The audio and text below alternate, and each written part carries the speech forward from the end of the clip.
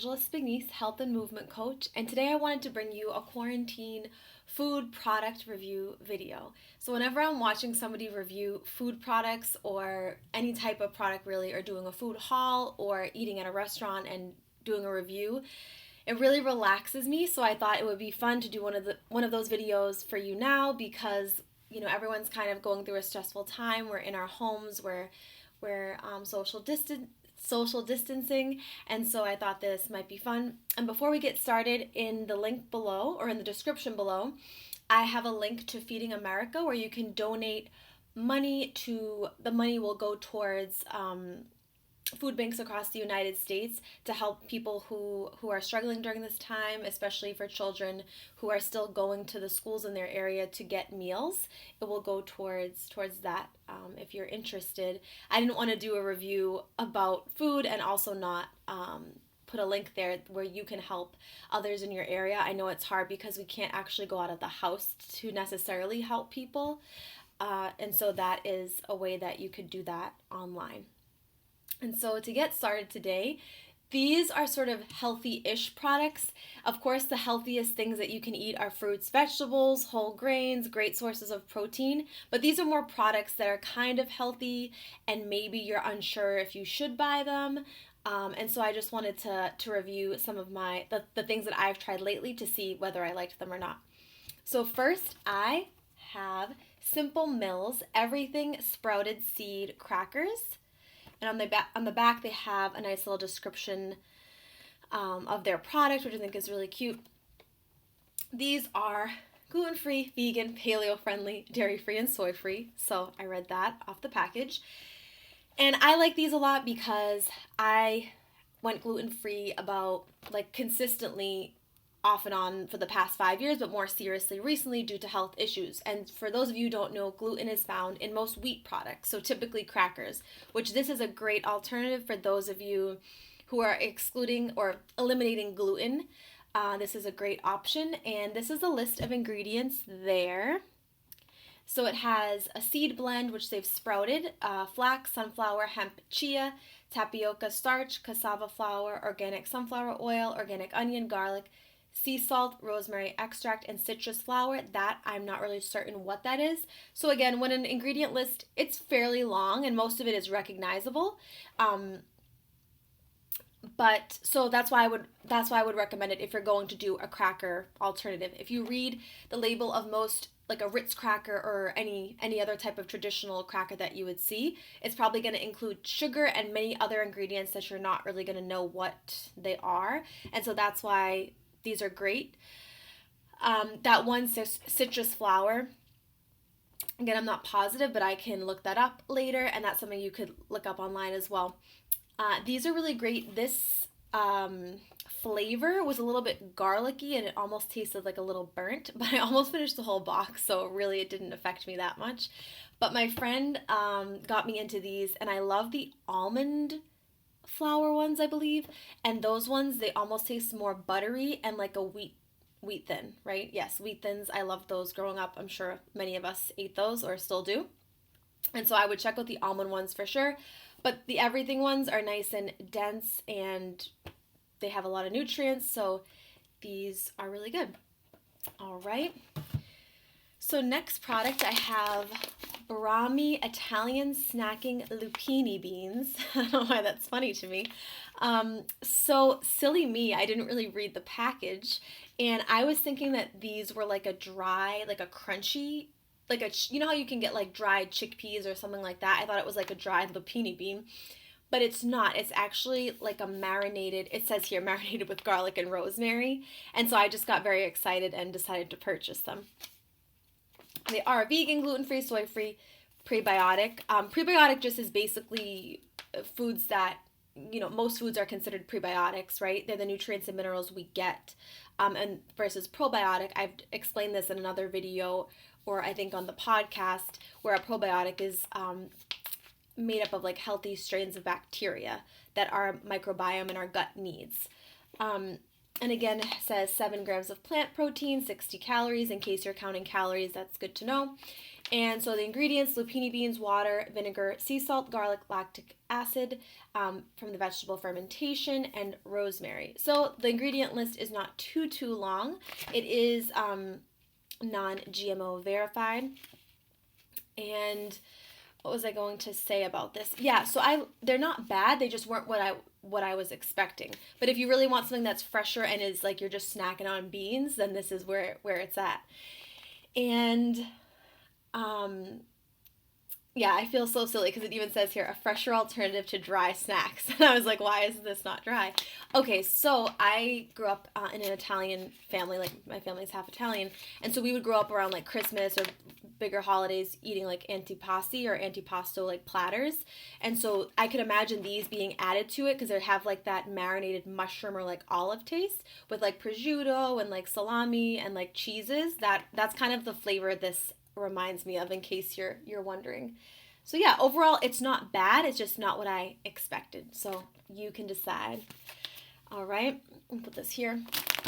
Next, I have Trader Joe's non-dairy almond beverage. You've probably seen this if you shop there regularly. They also have a blue one, which I think the blue one is sweetened. So this one has a longer list of ingredients, and it does include locust bean gum and gellan. I believe that's how you pronounce it, or gellan gum. And so I've heard mixed reviews on having certain gums in products. And it's not like chewing gum. But some people say that you should go ahead and try it out. And if your stomach and your body like feels okay and you don't have a negative reaction, then it actually is fine. While other people say that if they have products that have too many like gums listed on there, that it will create some sort of issue with their stomach or things like that. So overall, because this has a longer list of ingredients, it would not be like my go-to. But as far as the flavor goes, I think it's good as far as almond milk goes. Almond milk is never typically too flavorful. It's just very basic, right?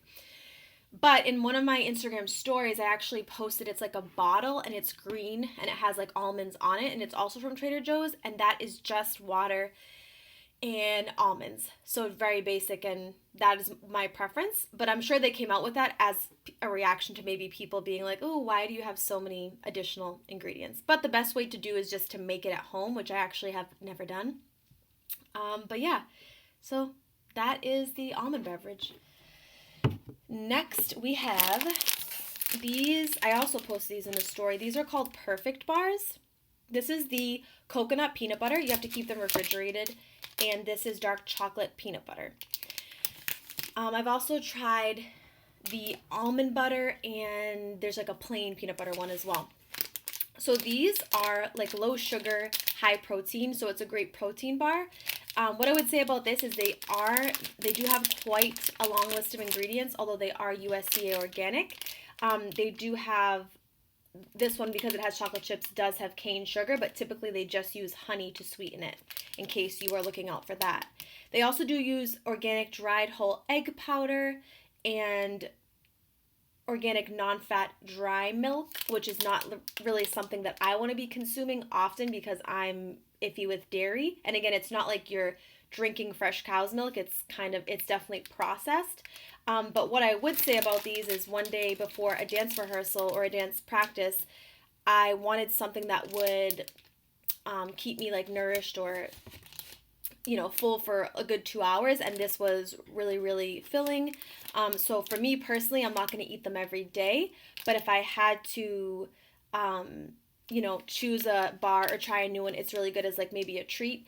Also because it tastes like a peanut butter cookie, so that was really nice. And then I started eating them knowing that they had so many ingredients and things that I typically avoid, but I just fell in love with them. So again, check them out. They're going to be in the refrigerated section in my supermarket. They were by the yogurts.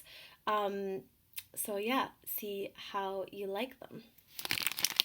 And these are actually melting, so I have to get them back in the fridge soon. All right, next I have an organic green tea matcha with toasted rice. This is by Traditional Medicinals. And I don't know about your supermarkets. And again, I'm not going to the supermarket every day. I've only been going, once a week quickly to get stuff during this time.